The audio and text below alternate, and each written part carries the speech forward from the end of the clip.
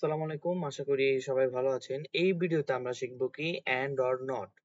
তো and or নটটা কখন ইউজ করা হয়? আমরা যখন নাকি হোয়ার ক্লোজে একাধিক কন্ডিশন ইউজ করি তখন আমরা কি ইউজ করতে পারি এন্ড অর। ঠিক আছে, এই দুইটা ইউজ করতে পারি।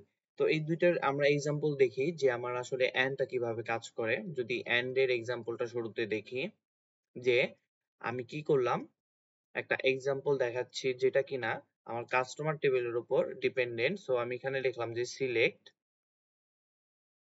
অল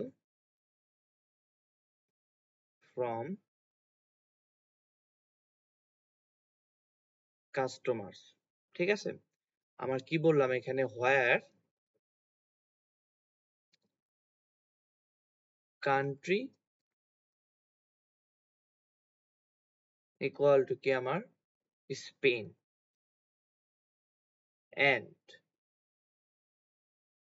এন্ড আমি এই এন্ডটা এখানেও লিখতে পারতাম, যেহেতু আমার এটা ক্লোজ একটা, তাই আমি এটাকে নিচে নিয়ে আসলাম, তাহলে দেখতে সুন্দর লাগে এবং আমার লেখার জায়গাটাও একটু বাড়ে, আর এটা দেখতে অনেক লম্বা হয় না। তো এন্ড আমি কি করতে পারি, যে আমার কাস্টমার নেম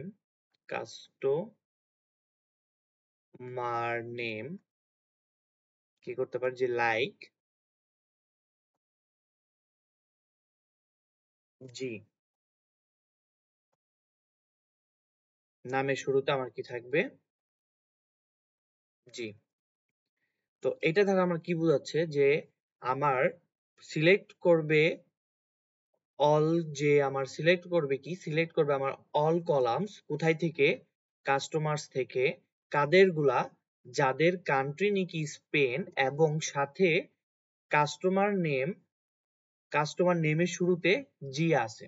ঠিক আছে, শুধুমাত্র তাদেরই কি করবে, কাস্টমার্স এর সব কি বলে কলামস গুলো আমার শো করবে। তার মানে কি শো করবে, যাদের কান্ট্রি স্পেন এবং তার সাথে যাদের যে সেই সব কাস্টমারের নামের শুরুতে জি আছে, তাদের গুলো আমরা কি আউটপুটে দেখতে পাবো। আর সেম জিনিসটা আমি যদি লিখতাম কি অর দিয়ে,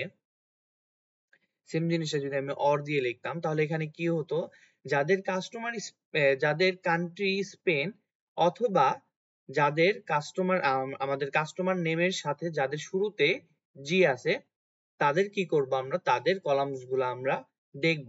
এই দুইটার একটা কন্ডিশন ম্যাচ করলেই হতো। কিন্তু যখনই নাকি আমরা এন্ড ইউজ করছিলাম, তখন আমার কি ছিল, এই দুইটা কন্ডিশনই আমার কি করতে হবে, ম্যাচ করতে হবে। যাদের কান্ট্রি স্পেন এবং যাদের কাস্টমার নেমের সাথে শুরুতে আমার জি আছে, তো তাদের শুধুমাত্র তাদেরটাই আমার শো করবে।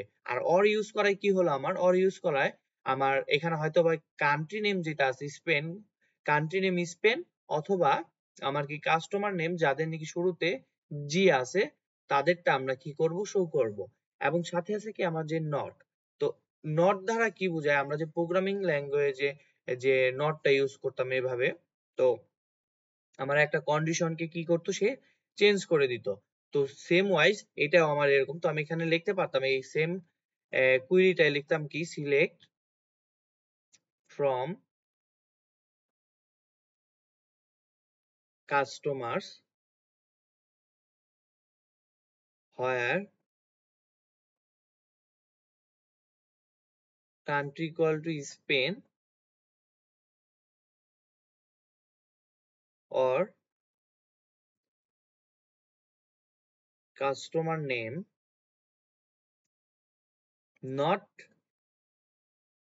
লাইক জি।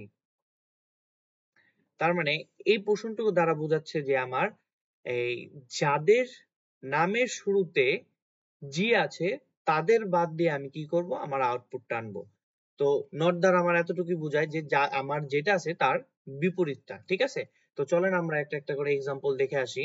যে আমার প্রথমে কি আছে, যেখানে লিখছি কি আমরা প্রোডাক্ট নেম, আমার যে প্রোডাক্ট টেবিলটা ছিল সেই প্রোডাক্ট টেবিল দিয়ে আমরা এখনো কাজ করছি। আমি এখানে কি কি সিলেক্ট করছি, product name, category and price, কোথাকার, প্রোডাক্ট টেবিল থেকে। তারপর সেটা কি দিছি আমরা, ক্যাটাগরি, যেটা কিনা আমার ইলেকট্রনিক্স এবং তাদের প্রাইস আমার 500 থেকে বেশি। তার মানে শুধুমাত্র সেই ডেটাগুলাই শো করবে যেগুলার ক্যাটাগরি আমার ইলেকট্রনিক্স এবং সাথে যেগুলার প্রাইস আমার 500 থেকে বেশি।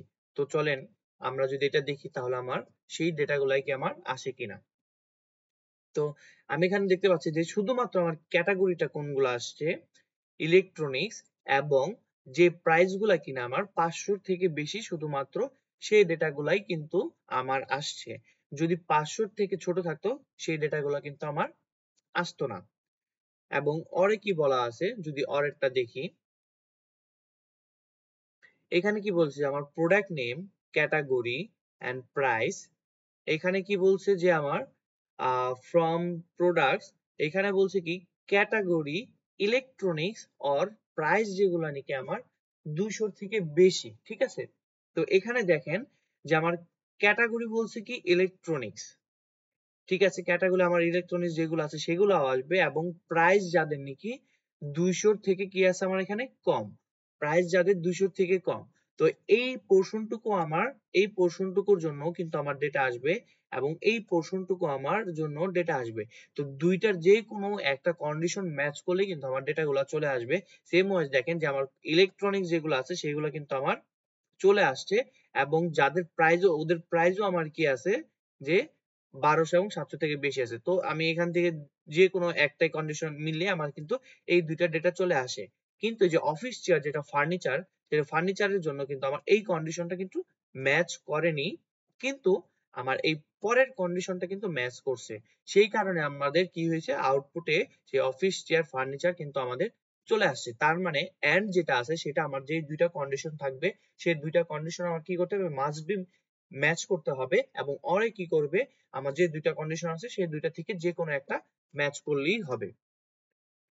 তো এর পরের এক্সাম্পলে যাই, যে এখানে আছে আমার কি নট দিয়ে, এখানে বলছে কি প্রোডাক্ট নেম, ক্যাটাগরি, প্রাইস, যেখানে কিনা আমার নট ক্যাটাগরি ফার্নিচার, ঠিক আছে। যেই সব ক্যাটাগরি যেগুলো আছে সেগুলো কি আমার ফার্নিচার না, ফার্নিচার ছাড়া যে ক্যাটাগরি গুলো আছে সেই ক্যাটাগরি গুলাকে আমাকে কি করবে, শো করবে। তো ফার্নিচার ছাড়া আমার যে ক্যাটাগরি আছে আমার ইলেকট্রনিক্স, তো সেগুলাই কিন্তু আমার এখানে শো করছে।